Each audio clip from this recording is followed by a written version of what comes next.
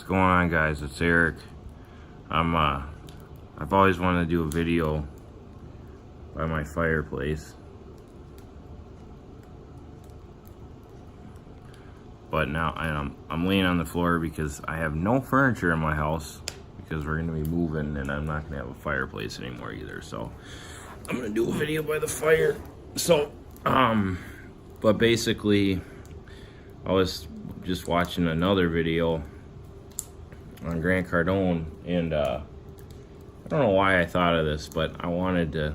This is something he said made me remember this. So when you have in your business, it relates to any business. I feel like it could. I remember in the lawn business, it did the same thing. So like something that I did, one of the biggest problems that I had in the lawn care business was I sent a kid out to I sent a kid out to fertilize the lawn without telling him how to fertilize the lawn. Like I basically was late, and I was running behind. So because I was running behind, I basically didn't give him any training on how to do a simple task. But then looking back at it, it wasn't exactly a simple task. It was my fault. Most people, I feel like, that don't grow and aren't going to be successful would blame it on this kid, but really it was my fault that it happened because I didn't give him the time of day. It wasn't as simple. But what ended up happening was he went out and fertilized like 25 yards that day. And when he did that, I did a drive-by on a couple houses just because it was on my way when I was doing estimates or whatever I was doing. And I was like, oh, that doesn't look good. Looks like the yard's brown. And about by day 3, pretty much every yard that I sent him on, like 25 freaking yards, they were all burnt up. Not all of them. Basically, he was stopping and texting, and he wasn't shutting the spreader off. So everywhere he stopped, he burnt the yard. And one of the clients was like, they paid their residential client, and they paid me like $1,500 a month in mowing and fertilizer and whatever else I did for them. Just projects they made up for me.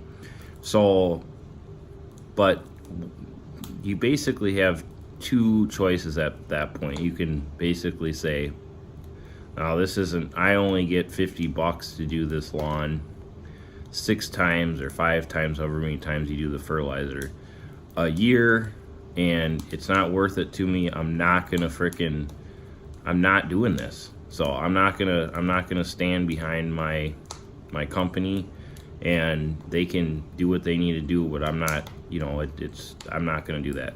Which sounds really crazy to me. Like, that doesn't even sound like I could never do that, right? But people do it all the time, and they don't do that. And so what ends up happening is you take a really bad problem like I had, and you turn it into client relations, and you create rapport. And this is kind of like you turn a problem into basically rapport, and someone really has the opportunity to see what you're about, what your business is about, who you are as a person, and if you can pass that test, it will really help your business out, and you will have solid clients for years to come. And the same thing happens in the trucking business, because it's not a trucking related thing or a lawn care related thing. It's a business related thing. But if you can, so your goal should be, when you have problems that occur in life and in business, to be your best person you can be, and to overcome that problem so that you can create very, what would the word be? Just have really good rapport in a relationship with your clients. And what you want is you want your clients, in some sense, I mean, sometimes you'd have to be careful about this, but I want my clients to be my friends. So like when I answer the phone, I'm not like, hi, this is Eric with Twin City Hauling, how can I help you? Like, we're not, we get past the professional. At first you got to be professional, but then once you've gotten to the point where you have rapport, then you can be more friendly with your clients, and that's where I feel like you want to be. But then what you can't do is you can't take advantage of a relationship and give that client worse service because now you guys are friends, because that's going to cause resentment. So I just wanted you guys to see my fireplace. It's pretty, my wife and me are pretty proud of that.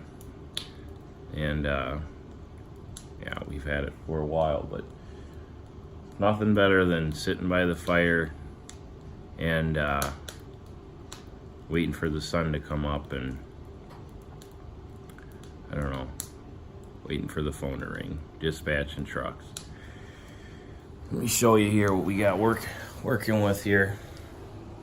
No furniture, got Oakley laying on the floor. I got a cat that likes to look out the window and lay on the couch, so I moved his cat tree over so he could do that.